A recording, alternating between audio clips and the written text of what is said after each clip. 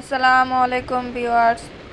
কয়েকদিন বেশি বৃষ্টির কারণে মাটিগুলা টবের মধ্যে কাদা হয়ে গেছে, তাই আমার আম্মু মাটিগুলাকে শুকাইতে দিছে।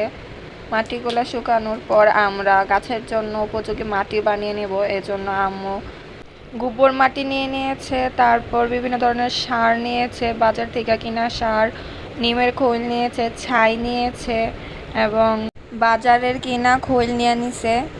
এই 4টি উপাদানকে আমরা মাটির সাথে খুব ভালো করে মিশিয়ে নিব। এখন আম্মু মাটিগুলার সাথে এগুলা সব উপকরণগুলা মিক্সড করবে। তো আম্মু মাটির সাথে গোবর মাটিটাকে দিয়ে দিল। গোবর মাটি দেওয়ার পর আম্মু এখানে ছাই দিয়ে দিতেছে। আম্মু গাছের ফলন বৃদ্ধি করার জন্য, গাছের জন্য উপযোগী মাটি বানানো আমাদের জন্য খুব গুরুত্বপূর্ণ একটা বিষয়। সামনেই শীতকাল আসতেছে। শীতকালে আমরা কিন্তু অনেক ধরনের ফুল গাছ লাগাবো। এর জন্য ফুল গাছের জন্য কিন্তু আলাদাভাবে আমাদের মাটি তৈরি করে নিতে হবে। ছাই দেওয়ার পর আম্মু বাজার থেকে কিনে আনা কিছু মিশানো সার দিচ্ছে। এখানে 4 ধরনের সার রয়েছে। তারপর আম্মু এখানে খৈল দিয়ে দিতেছে।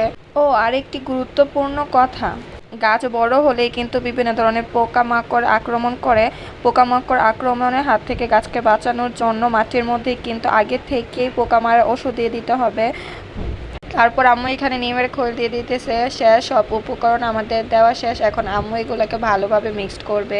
যদি আপনারা মাটি বানিয়ে গাছে লাগান তাহলে গাছের ফলন অনেক গুণ বৃদ্ধি পাবে। মাটি বলতে টবের মাটিগুলাকে কিন্তু আমরা ভালোভাবে শুকাতে পারি নাই। মাটিগুলা যদি আপনার আরও ভালো করে রোদে দিয়ে শুকিয়ে নেবেন।